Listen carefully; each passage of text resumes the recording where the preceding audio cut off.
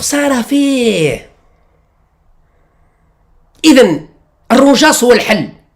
مادام المؤسسة العسكرية، مادام قيادة الأركان والمخابرات قررت أن الرئيس تبون يروح العهدة الثانية ضمانا لأمن واستقرار البلاد، خلاص خليتوا رب القرار، خلاص ما تحشوناش ل 7 سبتمبر، لا مشاورات لا اجتماع لا والو، خلاص قررنا ستوب، حبس تضييع الدراهم هذا وكذا كذا. أنا ضد الانتخابات، أنا ضد الانتخابات. كملونا رب الاستمرارية، يكمل تبون العهدة الزوجة نتاعو، والله يسهل، الشامي شامي والبغدادي بغدادي.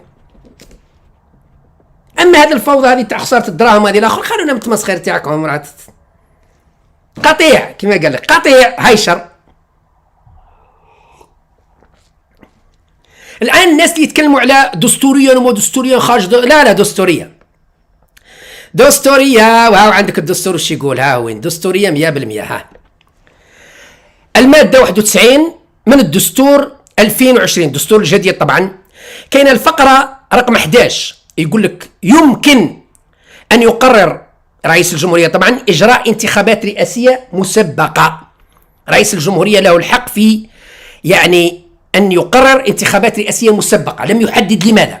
رئيسنا فتح له يدير انتخابات مسبقة، الدستور يسمح له، ولا الشر وافق على الدستور وصفق على الدستور. يا أخي هذه باينة، أوكي هذه حاجة تاع الدستور موافقين عليها، أوكي.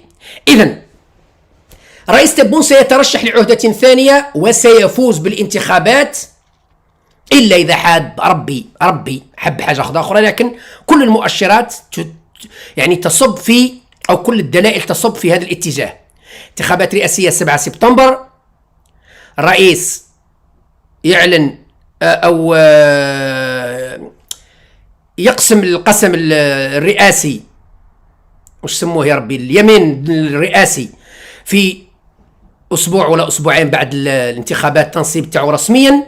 نهاية سبتمبر أو بداية أكتوبر يزور فرنسا كرئيس جمهورية للعهدة الثانية. صلاة كنبي.